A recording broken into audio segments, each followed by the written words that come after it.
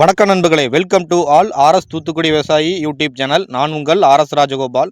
இன்றைக்கி நம்ம வீடியோவில் என்ன பார்க்க போகிறோம்னா, நம்ம தோட்டத்தில் முளைக்க போட்ட பனங்கொட்டெல்லாம் ஒரு 90 நாள் முடிவடைஞ்சி பனங்கிழங்காக அறுவடைக்கு தயாராகி இருக்குங்க. இந்த பனங்கிழங்கை நம்ம இன்றைக்கி பிடுங்க போகிறோங்க. நம்ம ஃபார்ம் எங்கே இருக்குன்னா, தூத்துக்குடி மாவட்டம் திருச்செந்தூர் பக்கத்தில் அனத்துலன்னு ஒரு சின்ன கிராமங்க. இந்த கிராமத்தில் தான் நம்ம ஃபார்ம் இருக்குது. நம்ம ஒரு 7-8 வருஷமாகவே முருங்கை விவசாயம் பண்ணிட்டு வரோங்க.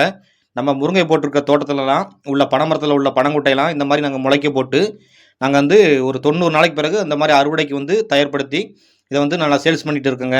நமக்கு முருங்கை சீசன் இல்லாதப்போ இந்த பனங்கிழங்கு முளைக்க போட்டு சேல்ஸ் பண்ணுறதுங்கிறது நமக்கு ஒரு நல்ல ஒரு ப்ராஃபிட்டை தருதுங்க. மற்ற பயிர்களை மாதிரி இதுக்கு எந்த உர செலவு எதுவுமே நமக்கு தேவையில்லைங்க. நம்ம நம்ம தோட்டத்தில் உள்ள பனங்கொட்டை தான் நம்ம முளைக்க போட வேண்டியிருக்குங்க.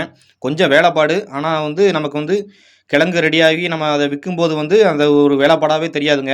ஏன்னா அந்தளவுக்கு இதில் லாபம் இருக்குது. இது நம்ம வேறு எந்த செலவுமே பண்ண தேவையில்ல. அதாவது மழை டைம்லலாம் போட்டோம்னா இது அப்படியே அந்த மழை ஈரத்துலேயே ஒரளவுக்கு கிழங்கா அறுவடை ஆகிற வரைக்கும் நம்ம எந்த ஒரு கவனிப்பும் தேவையில்லைங்க. நம்ம பனங்கொட்டை முளைக்க போட்டாவே போதும். மழை டைம் கொஞ்சம் கம்மியாகும்போது நம்ம கொஞ்சம் கொஞ்சம் தண்ணி விட வேண்டியிருக்கும். மற்றபடி இதில் செலவு பண்ணுறதுக்குன்ட்டு ஒன்றுமே இல்லைங்க. நம்ம உடல் உழைப்பு தான். நம்ம பனங்கொட்டை போடுறதா இருக்கட்டும், அதை பிடுங்கி நம்ம சேல்ஸ் பண்ணுற வரைக்கும் உடல் உழைப்பு தான். இந்த உடல் உழைப்பு நம்ம எந்த அளவுக்கு நம்ம செய்கிறோமோ அந்த அளவுக்கு இதில் ப்ராஃபிட் பார்க்க முடியும், வேறு எந்த செலவும் இல்லாதனால.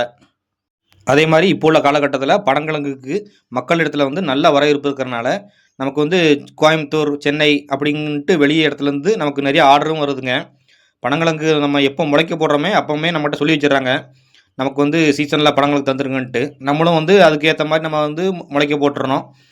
அதே மாதிரி முளைச்சி நமக்கு அறுவடைக்கு தயாராகும்போது அவங்களே கால் பண்ணி நம்மகிட்ட இன்றைக்கி ஒரு 300 அனுப்பிவிடுங்க, ஒரு 500 கிழங்கு அனுப்பிவிடுங்கன்னு சொல்லி நம்மகிட்ட கேட்குறாங்க. நம்மளும் அனுப்பி விடுறோம்.